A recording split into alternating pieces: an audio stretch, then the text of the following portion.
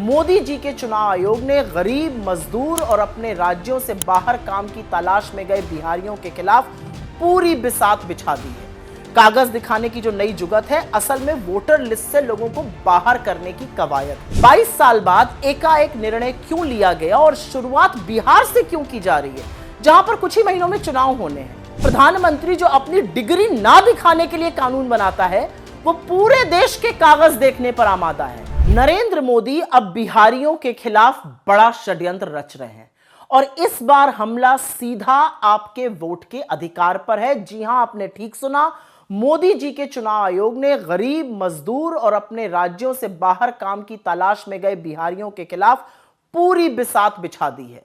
कागज दिखाने की जो नई जुगत है, असल में वोटर लिस्ट से लोगों को बाहर करने की कवायद है। पहले समझ लीजिए, वोटर लिस्ट में 3 तरह के रिव्यू होते हैं: रूटीन रिव्यू, समरी रिव्यू और special intensive review. Routine review क्या होता है? ये 365 दिन साल में चलता है। एग्जिस्टिंग वोटर लिस्ट में फेरबदल की जाती है, एडिशन डिलीशन होता रहता है, ये पूरे वक्त चलता रहता है। फिर होता है समरी रिव्यू। ये वोटर लिस्ट को बेस बनाकर कुछ वक्त के लिए, स्पेसिफाइड पीरियड के लिए साल में एक बार होता है, अमूमन चुनावों से पहले होता है। और फिर आता है स्पेशल इंटेंसिव रिव्यू, जो कि मौजूदा वोटर लिस्ट को हटाकर नई वोटर लिस्ट को नए सिरे से बनाने की कार्रवाई होती है।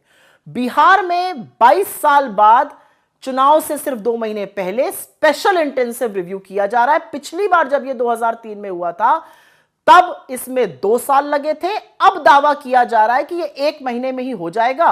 अब यह कैसे संभव है, इसका जवाब चुनाव आयोग या मोदी जी दे सकते हैं।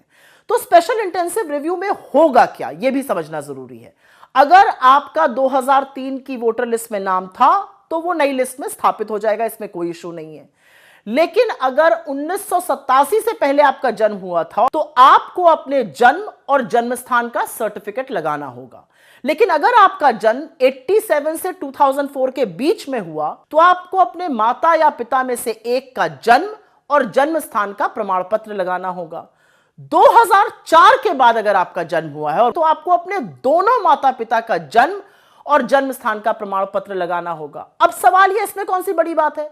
तो पहले समझिए, प्रमाण पत्र मान्य कौन से हैं। बर्थ सर्टिफिकेट मतलब जन्म प्रमाण पत्र, जाति प्रमाण पत्र और स्कूल छोड़ने का प्रमाण पत्र, जो स्कूल लीविंग सर्टिफिकेट कहा जाता है।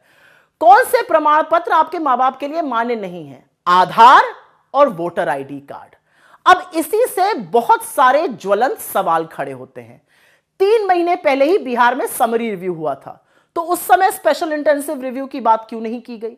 दूसरा सवाल, नए चुनाव आयोग ने बोला था अभी 1 महीने पहले कि उन्होंने 4000 कंसल्टेशन किए, तो उनमें से एक में भी स्पेशल इंटेंसिव रिव्यू पर चर्चा क्यों नहीं की गई? तीसरा बड़ा सवाल, इतना बड़ा कदम उठाने से पहले चुनाव आयोग ने राजनीतिक दलों से विचार विमर्श क्यों नहीं किया? ये सबसे बड़े स्टेक होल्डर्स होते हैं, ये चर्चा क्यों नहीं की गई? चौथा सवाल, ये जो स्पेशल इंटेंसिव रिव्यू है, ये किसकी मांग पर किया जा रहा है? कहां से डिमांड आई है ये होने की? पांचवा सवाल, 22 साल बाद एकाएक निर्णय क्यों लिया गया और शुरुआत बिहार से क्यों की जा रही है, जहां पर कुछ ही महीनों में चुनाव होने हैं?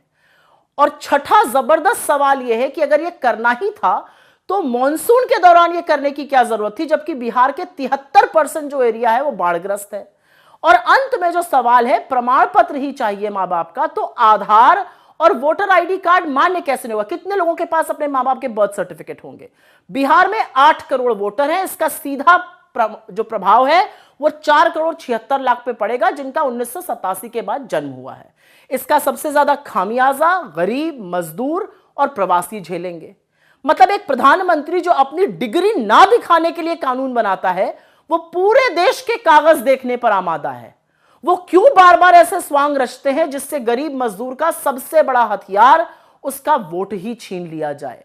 और जो बात बहुत सारे लोग कह रहे हैं कि ये एनआरसी का नवीनीकरण करके, नाम बदलकर जो काम चुनाव आयोग के द्वारा कराया जा रहा है, ये किस हद तक सही है, इसका जवाब सिर्फ और सिर्फ मोदी सरकार दे सकती है। लेकिन चुनाव के 2 महीने पहले यह होना, और इससे संभवतः बहुत सारे लोग वंचित रह जाएंगे वोट देने से, यह सवाल आज पूरा देश के चुनाव आयोग से और नरेंद्र मोदी जी से पूछ रहा है।